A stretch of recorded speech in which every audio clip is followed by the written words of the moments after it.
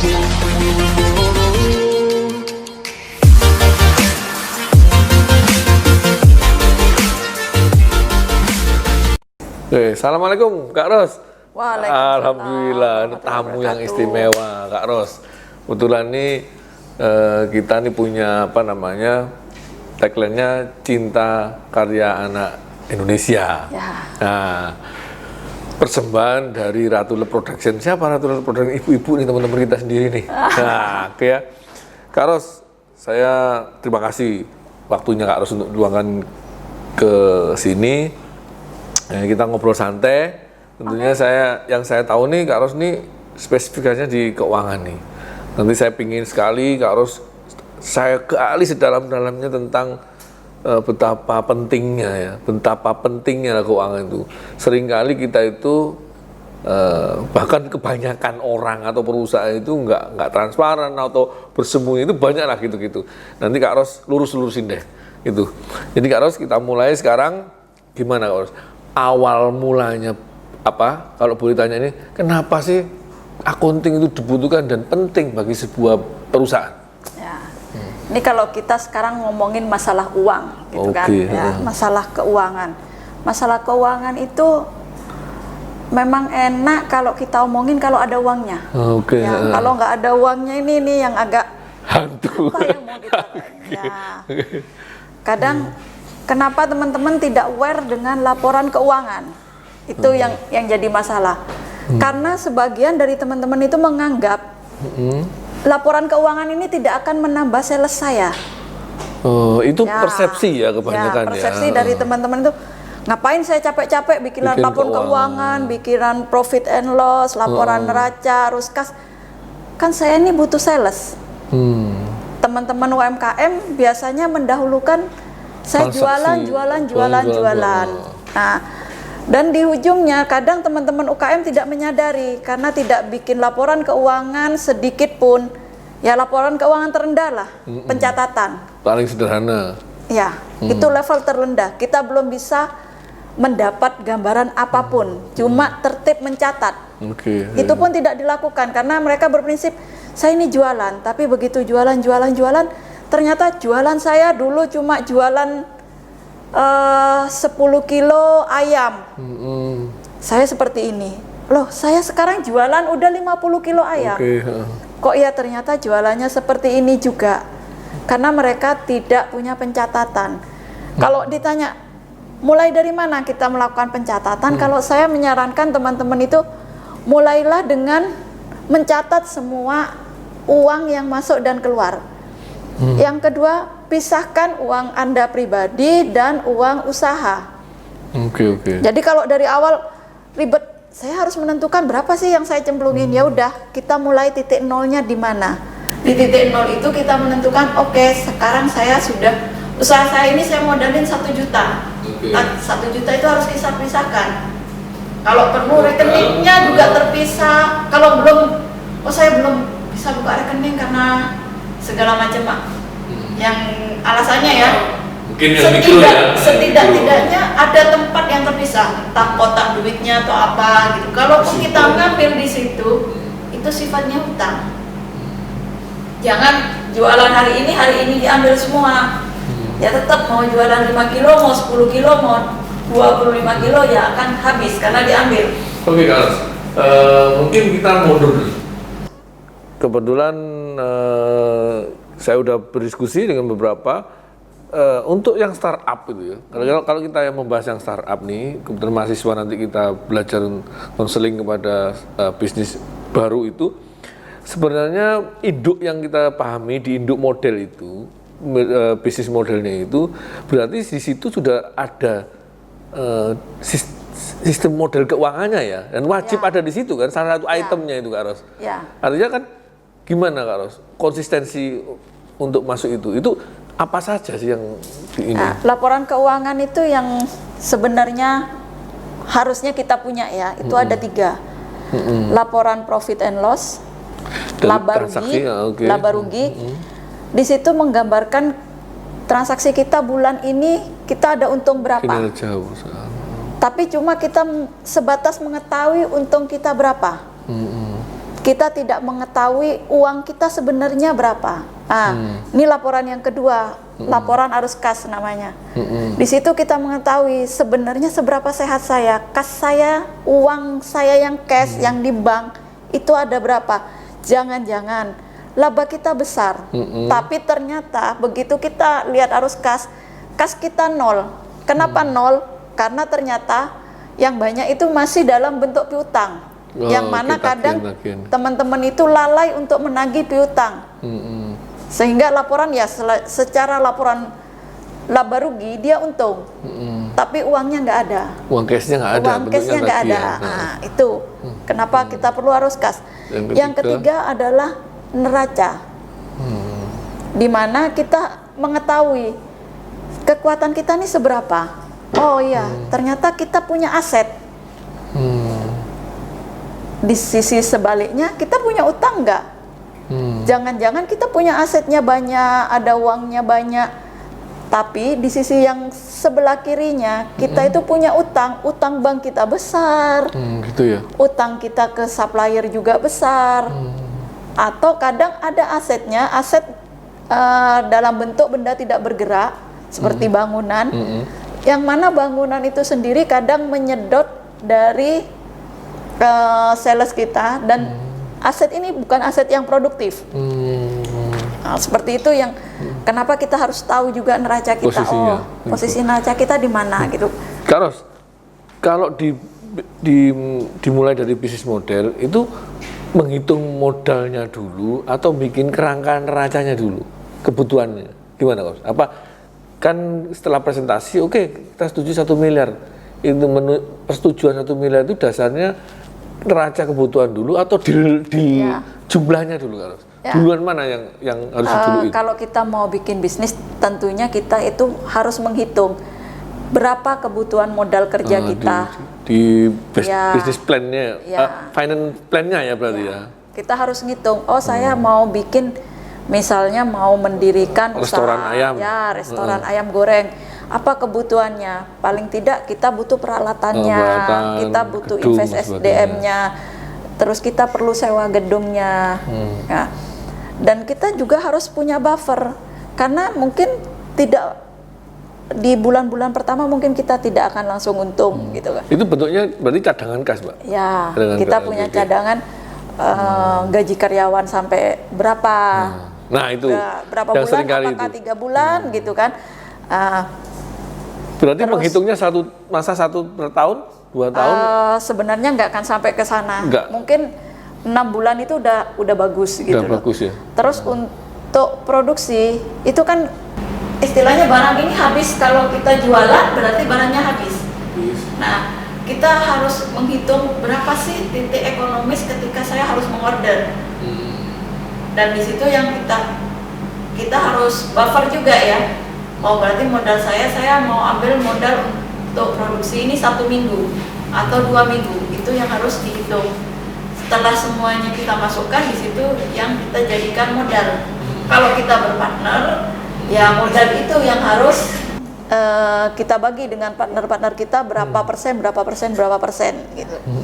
Tuh. Jadi sebenarnya apa sih Mbak tujuan dibuatnya laporan keuangan itu apa saja? Ya. Siapa sih yang butuhkan itu sih sebenarnya? Ya. Siapa saja? Laporan keuangan itu ya yang terpenting untuk kita pribadi. Perusahaan internal, internal perusahaan, investor. Apalagi kalau usaha itu melibatkan investor yang banyak. Karena saya ada ya istilahnya invest bareng dengan teman-teman. Oke, beberapa investor. Kadang kalau kita mau bangun usaha, mungkin teman-teman yang 500 juta kalau cuma diisi 5 orang 100 juta berat gitu loh. Nah, tapi kalau 500 juta ini dikeroyok orang 50 gitu kan. Itu pintunya ya untuk jadi tahu. Saya pun ketika invest ke teman dengan dana 5 juta, mungkin ya udahlah, kalaupun nanti usaha ini rugi, saya tidak akan merusak pertemanan saya dengan teman saya. Tapi kalau 100 juta mungkin kita akan kejar teman kita. Nah, kalau kita dari sisi kita sebagai pengelola, laporan keuangan itu penting untuk para investor-investor. Karena dengan mereka dapat, mereka akan trust ya, kepercayaan mereka naik ke kita. Kalau kedepannya kita akan buka lagi, tentunya Ekspansi. mereka akan oke, karena kamu sudah komit gitu loh. Kamu udah komit dengan laporan ini untuk investor. Yang kedua untuk perpajakan. Karena untuk perpajakan ini setiap usaha kita harus bayar pajak ya. Itu, Mbak. Apalagi teman-teman yang resto mungkin ada juga PB1 namanya, itu yang pajak yang dipungut oleh daerah. Yang ketiga, kalau kita mau maju, mungkin teman-teman mau cari investor lain atau mau ke perbankan, laporan itu sangat dibutuhkan. Dari mana bank tahu, dari mana orang lain tahu tentang kinerja perusahaan kita kalau Biasanya kita itu nggak punya persyaratan kan laporan? 2 tahun, Mbak ya? Ya, Persyaratan kalau bank standar ya. ya standarnya 2 tahun gitu loh. Tentunya. 2 tahun. Ya 2 tahun itu kan biasanya kalau masih 6 bulan masih bisa mungkin di meraba-raba setelah setahun. Oh, saya mau ekspansi. Ekspansi ini gimana caranya? Wah, mungkin kesepakatan mereka, ayo kita ambil dana di bank. Nah, itu, Mbak. Gitu. Yang bukan rahasia umum sebenarnya sih kan. Ya. Kenapa sih perusahaan-perusahaan di dalam grup itu mereka tak lihat tuh punya beberapa laporan keuangan. Ini untuk pajak, ini untuk itu. Apa alasannya? Apa memang itu dimungkinkan membuat pos-pos ini legal misalnya? Apa bisa legal? Tapi mainannya pos-pos di keuangan itu. Sebenarnya Paling- kalau ikut ke ilmu akuntansi, laporan itu hanya Satu ya, tunggal hanya kan? satu gitu loh. Tapi ya memang itu sering terjadi di negara kita plus 62 gitu kan ya. Nah, ya sebaiknya tidak dilakukan. Sebaiknya ini tidak dilakukan. Ya, karena akan menyusahkan kita sendiri. Contohnya misalnya laporan ke bank nih kita markup. Oke, bank mungkin tidak akan tahu kalau kita ya istilahnya laporan itu sudah kita bagus-bagusin ya. Bagus-bagusin, salesnya dinaikin, bisa kita buat gitu loh. Tapi di saat nanti kita dapat benar bank mengucurkan dana sesuai dengan proyeksi yang ada di laporan kita. Tapi di realnya nggak Kita sesuai kan dengan sebenarnya kebutuhan kita mungkin 5, tapi karena kita membuat laporan ini bagus jadi 10, bank ngasih 10 dan kita tidak bisa menyalurkan yang 5-nya lagi. Yang 5-nya lagi ya. Sehingga mungkin nanti akhirnya jadi back debt dan segala macam ya. Jadi Mbak sebenarnya kan itu nggak tahu aku ya, mungkin Mbak yang tahu. Memang apa penempatan pos-pos keuangan itu berpengaruh terhadap tampilan keuangan? Memang ada versi-versi nggak? Accounting enggak. British gitu atau dulu kan gitu kalau kuliah ya? Apa nggak pengaruh nggak ya?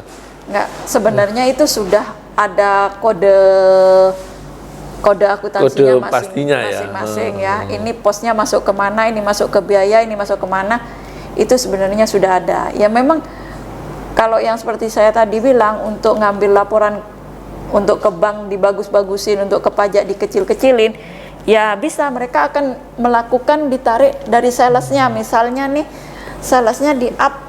Kalau untuk ke bank yang harusnya sales 500 dinaikin jadi 1M. Ya begitu dinaikin mungkin nanti mereka untuk bahan bakunya, HPP-nya yang harusnya 50% mereka turunin ke 30% gitu loh. Itu biasanya sehingga keuntungannya naik. Sebenarnya sih kalau laporan itu apa adanya kan juga memudahkan treatment ya. Ya. Treatment dari perusahaan itu. Ya. Selanjutnya gini Mbak, keadaan sekarang ini orang sudah digital banget ya. Artinya pilihannya apa kita menggunakan sistem keuangan manual atau sistem keuangan yang digital atau tersistem gitu. Apa sih perbedaan keduanya ini? Ya. Kalau sistem mungkin udah pasti sudah benar gitu. Ya, apa gimana? kalau gini, kalau manual itu mungkin kita memang membutuhkan benar-benar tenaga yang lulusan akuntansi untuk memasukkan dan membuat laporan itu sampai selesai. Satu Ya. jurnal Ya, itu harus memposting dari awal dan memang benar-benar dia butuh orang akuntansi. Tapi kalau yang sekarang udah pakai program-program itu saya pikir itu sudah sangat membantu kita. Teman-teman yang awam pun bisa. Tinggal teman-teman itu membayangkan sebenarnya kalau kejadian seperti ini transaksi apa sih yang terjadi gitu loh. Karena transaksi di akuntansi itu ada balannya ya, kanan sama kirinya. Ketika saya menjual itu artinya saya menerima uang. Tapi di sisi lain barang saya berkurang. Nah, itu yang pemahaman seperti itu yang harus dipahami oleh teman-teman. Ini tidak harus teman-teman yang alumni akuntansi melakukan itu ya. Ya. Itu kan kalau sistem kayaknya memang memang tinggal input gitu, Mbak, karena dia tersistem itu. Akurasinya memang sudah terbentuk itu ya. Ya kembali memang ketelitian dari yang input itu sangat dibutuhkan ya, sangat dibutuhkan. Kenapa biasanya untuk sistem akuntansi itu ada beberapa step juga. Step artinya, oh saya yang input, tapi nanti yang ngecek ada atasannya lah ya, yang ngecek gitu loh. Tak dikhawatirkan ada nanti yang salah input. Kejadiannya itu yang sering, yang lazim ya, itu salah input. Seperti itu untuk aja. Input transaksinya kan? Input transaksinya. Mbak, Kak Ros, kita mundur dikit nih.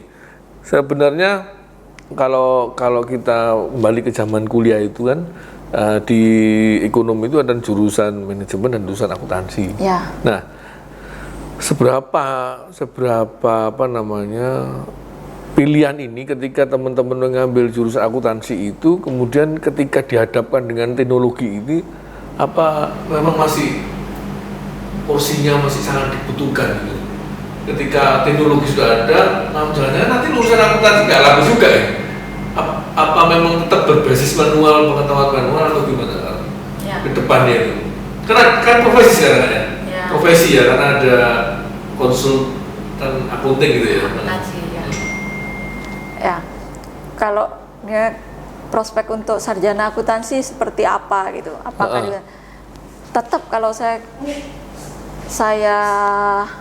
ini ya pahami itu akuntansi memang tetap akan dipakai, gimana pun dipakai, karena ya bisa jadi saya bisa menginput, tapi saya tidak bisa menganalisa. Oh, ada faktor analisa, membaca laporan keuangan itu butuh memang basic juga teori ya. Gitu ya. Jangan sampai kita laporan keuangan nggak bisa asal gitu. Ya, ada mungkin kalau yang levelnya mungkin yang kita ya memang kita tergantung kita ngerekrutnya mereka jadi apa gitu loh. Kalau sekedar tukang input ya mereka akan bisa nginput. Tapi belum tentu bisa membaca laporan keuangan. Keuangan itu sendiri. Nah, di sini business owner harusnya bisa membaca laporan keuangan itu. Input ya udahlah serahkan ke yang lain gitu loh, untuk menganalisa. Kalau memang butuh bantuan orang akuntansi ya kita hire orang akuntansi yang sebanyak. Oke lah, berarti kita bisa. Itu kan betapa luar biasa pentingnya akuntansi itu. Yang terakhir ini closingnya Kak Ros ini, apa sih nasihat Kak Ros nih? Nah, teman-teman mahasiswa yang masih kuliah, sebentar lagi lulus nih di jurusan akunting, apa nasihatnya? Jadi akunting atau jadi manajer akunting atau jadi konsultan akunting, mana yang lebih peluang di masa seperti ini kebutuhannya? Ya. Sebenarnya gini, saya belajar akuntansinya itu kalau saya bilang saya bukan sarjana akuntansi, tapi saya belajar beberapa ilmu akuntansi mulai dari software yang manual dan segala macam secara otodidak. Ikut kursus singkat, yang 3 bulan, 2 bulan seperti itu. Kalau dari sisi saya ya, untuk teman-teman yang memang berlulusan akuntansi, latihan yang sangat dibutuhkan. Oke, terima kasih Kak Ros ya.